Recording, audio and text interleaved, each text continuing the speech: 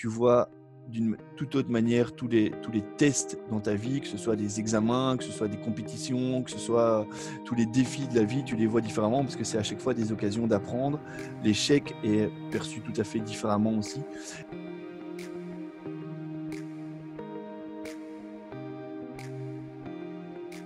Superbe. On est de retour. Salut Yves.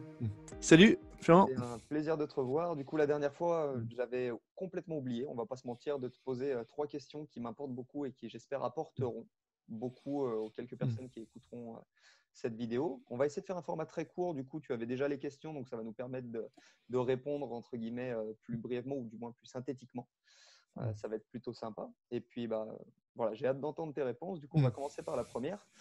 Si tu avais 10 minutes à changer dans ton quotidien, bien sûr 10 minutes que tu ne fais pas aujourd'hui, ou du moins que tu ne mets pas en place aujourd'hui, quelle action mettrais-tu en place pour être en meilleure santé, pour être une meilleure version de toi-même?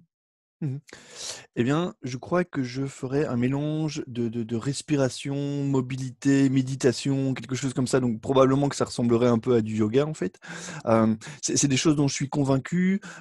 Disons que je le fais à certains moments de la journée. Enfin, j'intègre ça plutôt dans ma journée, quoi. C'est-à-dire que forcément, je fais de la mobilité au moment où je m'entraîne. Je fais des exercices de respiration aussi, peut-être dans le cadre des entraînements. Je suis toujours assis aussi sur un gros ballon comme ça, sur un Swiss ball. En fait, je travaille jamais assis sur une chaise. Et donc, du coup, ça implique des exercices un peu de mobilité. J'ai d'ailleurs, je vais essayer de prendre comme ça sous mes pieds. J'ai toujours aussi une balle comme ça. Et donc, je fais de la mobilité au niveau de mes pieds en bossant tout le temps. Donc, c'est des trucs que je fais, mais j'y consacre pas vraiment 10 minutes à ne faire que ça. Et je suis convaincu que ça me ferait du bien. Donc, si je devais faire quelque chose, et j'y pense de plus en plus, c'est consacrer 10 minutes à ça. Ok, superbe. Écoute, je te rejoins là-dessus. Je pense que aujourd'hui, beaucoup de gens prendraient 10 minutes de plus à respirer au moins, au minimum, à se Ouais, concentrer sur eux-mêmes ou à s'étirer, etc. Et je pense que ce serait très bénéfique. Superbe. exactement. Ouais. Mhm. Eh ben, écoute, deuxième question. Du coup, on enchaîne un petit peu. Mhm. Est-ce que tu pourrais nous donner, s'il te plaît, un podcast, un livre et un nom d'individu que tu nous conseillerais d'écouter, de lire, etc. Pareil, pour développer un petit peu tes connaissances de la santé ou des choses comme ça. Mmh. Alors, au niveau des podcasts, ce que je citerais, alors c'est pas juste sur la santé, mais j'aime bien justement cette ouverture-là. Et bon, il est assez connu, c'est quand même une grosse référence, sont les podcasts de Joe Rogan aux États-Unis. Et j'aime bien cette espèce d'ouverture d'esprit, même si je suis probablement pas d'accord avec tout ce que lui raconte, Joe Rogan parfois, mais c'est cette faculté comme ça à recevoir un scientifique, un médecin, un sportif, un politicien, un artiste, etc. J'aime vraiment bien ça. Et bon, il est quand même assez orienté sport et santé, bien-être aussi, Joe Rogan sur plein de trucs. Donc, c'est probablement ça que je citerai sur les podcasts. C'est ceux que je suis le plus régulièrement. Et après, bon, si on voulait vraiment sur le côté purement santé et CrossFit, je citerai Julie Fouché ou Bergeron, quoi, au Ouais, niveau des podcasts. j'écoute les Ouais, mêmes. Du coup, je voilà. fais que valider. Ok. Au niveau des bouquins, je citerai un qui m'a beaucoup marqué et qu'on cite pas très souvent, et je l'ai ici. C'est en français, ça donnerait Pourquoi les zèbres n'ont pas d'ulcère Ok. de Robert Sapolsky, qui est super intéressant pour comprendre vraiment les problèmes du stress chronique, qui est quelque chose qui, enfin, qui traverse un peu tout, l'alimentation, le sport, la vie quotidienne, etc. C'est super intéressant. C'est un scientifique. C'est très, très complet avec toutes les références scientifiques, etc. En même temps, c'est très bien écrit comme peuvent faire les anglo-saxons, comme ça, avec un peu d'humour, etc. Rien que le titre, évidemment, il y a déjà un peu d'humour, quoi. Un petit peu. Et je ne sais pas s'il y a une traduction française, il faudrait vérifier, mais c'est super intéressant Ouais. pour prendre conscience des effets négatifs du stress. Et alors, du coup, essayer par plein de moyens, que ce soit au niveau de l'alimentation, de l'activité physique, de la respiration, etc., de diminuer ce stress, parce que ce stress est vraiment catastrophique au niveau de la santé, quoi. Le stress chronique aujourd'hui, on le sait, entre guillemets, on le Ouais. sait. Les gens comme nous qui faisons des recherches ou Mhm. travaillons là-dessus, c'est vrai qu'on en est assez conscient. Et du Ouais, coup, ouais, ça me plaît beaucoup. Je pense que je vais le commander et je mettrai un petit lien s'il y a une version française en dessous. top. Ça me plaira bien. Mhm. Ouais. Et alors, et au niveau des bouquins, je citerai, alors de nouveau, c'est pas juste la santé, mais en même temps, il y a beaucoup de choses qui parlent de la santé dedans. C'est Antifragile de Nassim Taleb. Nicolas Taleb. Ouais, Bon, j'enfonce un peu des portes ouvertes, évidemment, parce qu'en plus, c'est quelque chose dont je parle beaucoup et il y a plein de gens qui sont déjà conscients de l'importance des travaux de Taleb, mais ouais, c'est super intéressant. Et, il parle de plein de choses, mais dans celui-ci, dans Antifragile, il parle vraiment beaucoup de santé parce qu'il y a plein de choses dans notre corps qui réagissent comme ça. Notre corps est antifragile, si on veut. Je pense que toi-même, tu es intéressé aussi par tous les phénomènes d'hormèse. tout à Et fait. ça, c'est la base de l'antifragilité, c'est l'hormèse, quoi. En gros, enfin, Je c'est confirme. un élément important en tout cas. Voilà. C'est un bouquin que Donc, j'aime beaucoup aussi. Donc, voilà. Au niveau des individus, puisque là, c'était pas le livre, c'était l'individu que tu me demandais, je parlerai de Taleb, qu'il faut suivre sur les réseaux sociaux, parce qu'il raconte vraiment beaucoup, beaucoup de choses intéressantes dans tous les domaines. Et en termes de. Enfin, c'était un des premiers à avoir alerté par rapport à la pandémie. Il a écrit un article fin janvier avec deux autres, ou trois autres. En tout cas, il y avait Joe Rogan, pas Joe Norman, pardon, et Yanir Bariam. Je ne sais pas comment on prononce exactement, mais qui sont deux chercheurs en système complexe. Yanir Bariam, il a aussi beaucoup travaillé sur les pandémies, les épidémies en Afrique. Et c'était les premiers à alerter. Et leur article est passé inaperçu, ils n'ont pas du tout été écoutés. Et si on avait écouté plutôt ce qu'ils racontaient fin janvier, on n'en serait probablement pas là maintenant, quoi. ouais, je suis assez d'accord. Il avait été relayé cet article par Idriss Aberkan. Du coup, j'avais eu la chance de le lire aussi. Qui Ouais, ouais, sont, bah, du coup, Idriss bosse beaucoup, ou du moins échange beaucoup avec Nicolas Taleb. Euh, évidemment. Ouais. et du coup, c'est vrai que je suis tout à fait d'accord avec toi. S'il avait été Mm. écouté par les bonnes personnes, ou du moins lu par les bonnes personnes, Mm. alors, on va pas dire qu'on n'en serait pas là aujourd'hui, mais je pense que les choses seraient différentes. Euh, Ouais, clairement. Mm. Bref, Mm. superbe. Et bah, écoute, ça c'est un plaisir. Je pense qu'il y a des grands Mm. noms. Du coup, le livre, je le conseille aussi vivement. Mm. Antifragile, j'aime Mm. énormément ce bouquin. Mm. Et puis du coup, une dernière petite question, et on reste sur notre format rapide comme ça. Quelles Mm. seraient les trois actions ou les trois choix que tu as mis en place dans ton quotidien et qui aujourd'hui te Mm. permettent d'être en meilleure santé, une meilleure version de Mm. toi-même, etc. Mm. Alors, le premier, date déjà d'il y a quelques années, c'est très certainement le fait de manger paléo. Ça, Ouais, je peux pas dire autre chose. Ça a vraiment totalement changé ma vie et ma santé.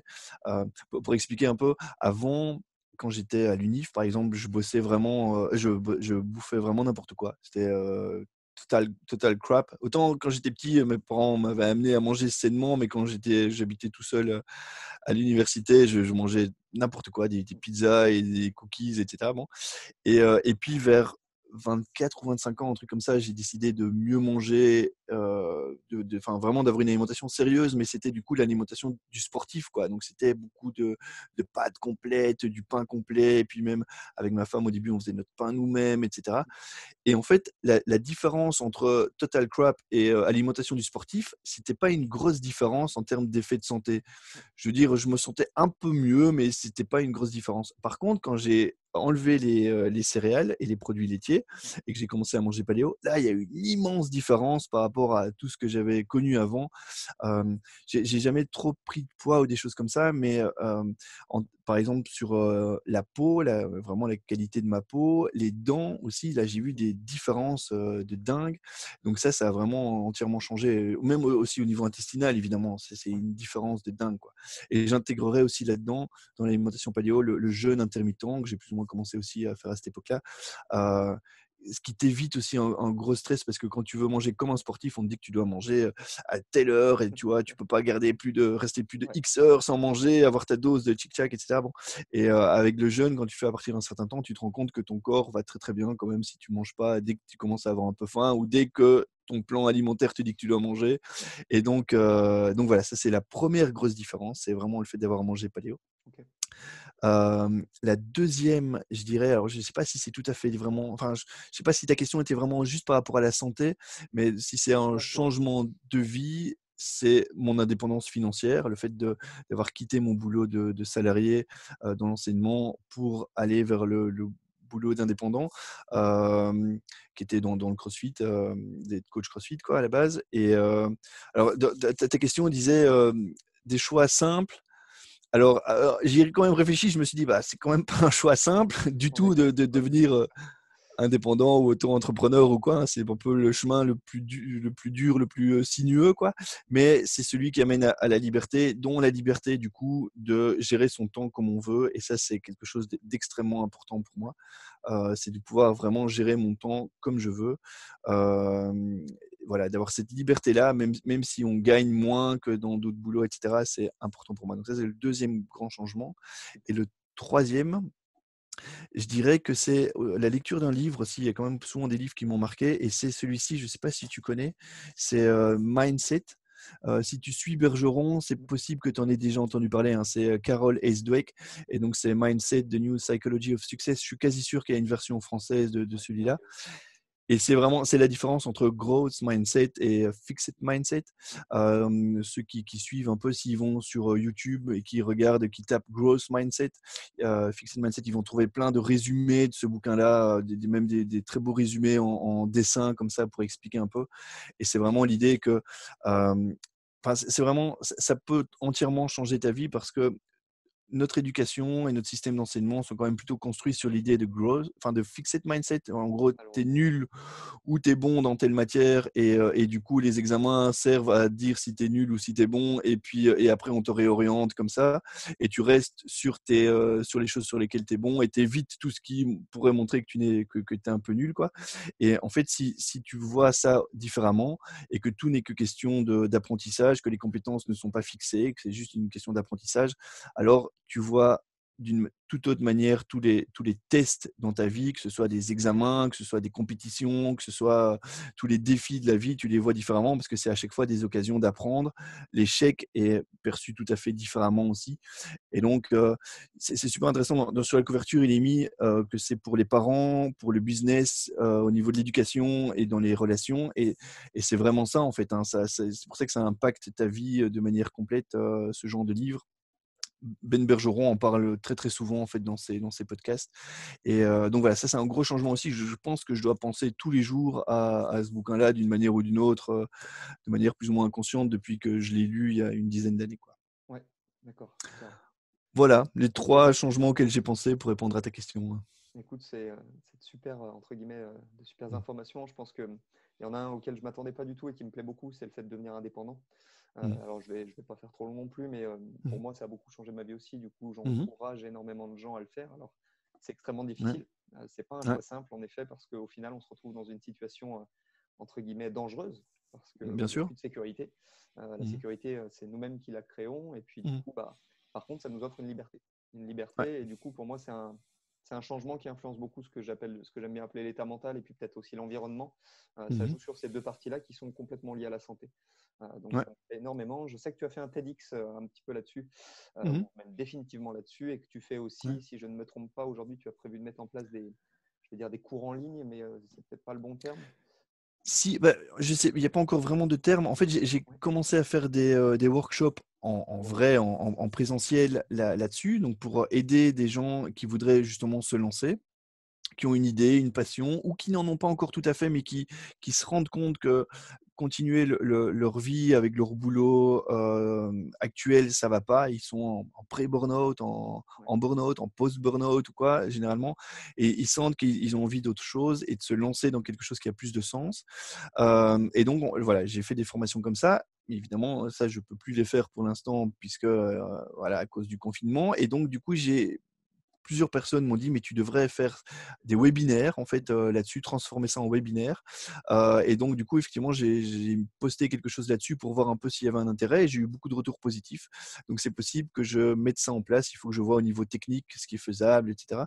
Mais super. c'est bien possible, ouais. Et le contenu sera le même que lors des workshops et ça rejoint ce que j'ai expliqué dans un TEDx que j'ai fait l'année passée, ouais. Ouais. Eh ben, écoute, ça me plaît beaucoup. Je mettrai les liens un peu de tout ça, du TEDx. Super. Je sais que tu bosses aussi dans la nutrition, donc avec différentes salles de CrossFit, mais aussi avec des gens.